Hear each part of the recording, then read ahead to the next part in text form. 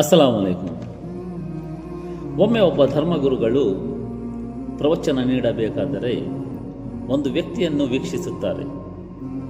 ಆ ವ್ಯಕ್ತಿ ಪ್ರತಿ ಕ್ಷಣಕ್ಕೂ ಸಹ ಒಂದು ಬಟ್ಟೆಯನ್ನು ನೀರಿನಲ್ಲಿ ನೆನೆಸಿ ತನ್ನ ಬಾಯಿಗೆ ಅಂಟಿಸಿಕೊಳ್ಳುತ್ತಿರುತ್ತಾನೆ. ಇದನ್ನು ವೀಕ್ಷಿಸಿದ ಧರ್ಮಗಳು ತನ್ನ ಪ್ರವಚನ ಮುಗಿದ ನಂತರ ಆ ವ್ಯಕ್ತಿಯನ್ನು ಕರೆದು ಕೇಳುತ್ತಾರೆ, ಏಕೆ ಮಗನೇ, ನಾನು ನಿನ್ನನ್ನು ನೋಡಿದೆ, ಪ್ರತಿ ಕ್ಷಣಕ್ಕೂ ಸಹ ನೀನು ನಿನ್ನ ಆ ಬಟ್ಟೆಯನ್ನು ನೀರಿನಲ್ಲಿ ಮುಳುಗಿಸಿ ನಿನ್ನ ಬಾಯಿಗೆ ಅಂಟಿಸಿಕೊಳ್ಳುತ್ತಿದ್ದೀಯಲ್ಲ ಎಂದು ಕೇಳುತ್ತಾರೆ.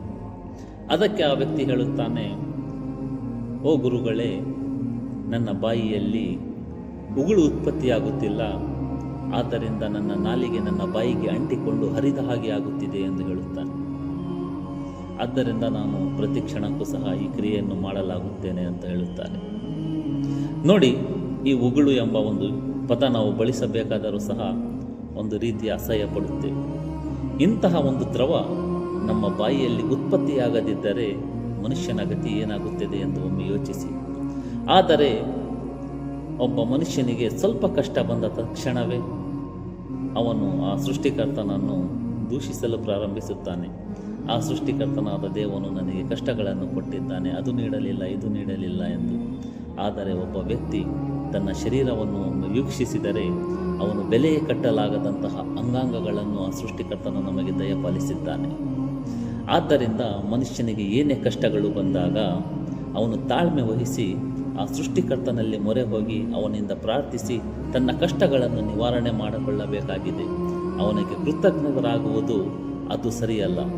ಆದ್ದರಿಂದ ನಾವೆಲ್ಲರೂ ಸೇರಿ ನಮಗೆ ಏನೇ ಕಷ್ಟಗಳು ಬಂದರೂ ತಾಳ್ಮೆ ವಹಿಸುತ್ತಾ ಆ ಸೃಷ್ಟಿಕರ್ತನಿಗೆ ನಾವು ಮೊರೆ ಹೋಗುತ್ತಾ ಅವನಲ್ಲಿ ಪ್ರಾರ್ಥಿಸೋಣ.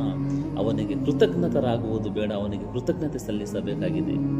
ಒಮ್ಮೆ ವೀಕ್ಷಿಸಿ ನೀವು, ನಾವು ನಮ್ಮ ದೇಹದಲ್ಲಿರುವಂತಹ ಅಂಗಾಂಗಗಳ ಬಗ್ಗೆ ಒಮ್ಮೆ ಯೋಚಿಸಿದರೆ ಆ ಸೃಷ್ಟಿಕರ್ತನು ಎಂತೆಂತಹ ಅನುಗ್ರಹಗಳನ್ನು ನಮಗೆ ನೀಡುತ್ತಾನೆ ಎಂದು ನಾವು ಒಂದು ಸಲ ನಮಗೆ ಗೋಚರವಾಗುತ್ತದೆ. ಆದರೆ ಮನುಷ್ಯ ಸ್ವಲ್ಪ ಕಷ್ಟಗಳಿಗೆ ಅವನು ಆ ಸೃಷ್ಟಿಕರ್ತನನ್ನು ದೂಷಿಸಲು ಪ್ರಾರಂಭಿಸುತ್ತಾನೆ.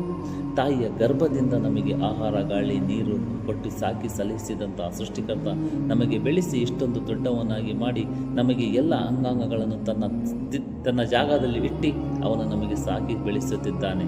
ಆದರೆ ಸ್ವಲ್ಪ ಕಷ್ಟಗಳಿಗೆ ನಾವು ಆ ಸೃಷ್ಟಿಕರ್ತನನ್ನು ದೂಷಿಸಲು ಪ್ರಾರಂಭಿಸುತ್ತೇವೆ. ಈ ಪ್ರಕ್ರಿಯೆಗಳು ನಮ್ಮಲ್ಲಿ ಎಂದಿಗೂ ಬರಬಾರದು. ನಾವು ನಮ್ಮ ದೇಹವನ್ನು ವೀಕ್ಷಿಸುತ್ತಾ ಆ ಸೃಷ್ಟಿಕರ್ತನು ನೀಡಿರುವಂತಹ ಪ್ರತಿಯೊಂದು ಅನುಗ್ರಹಕ್ಕೂ ಸಹ ನಾವು ಅವನಿಗೆ ಸಾಷ್ಟಾಂಗ ಬೆರಗಿಸುತ್ತಾ ಅವನಿಗೆ ಕೃತಜ್ಞತೆ ಸಲ್ಲಿಸಬೇಕಾಗಿದೆ.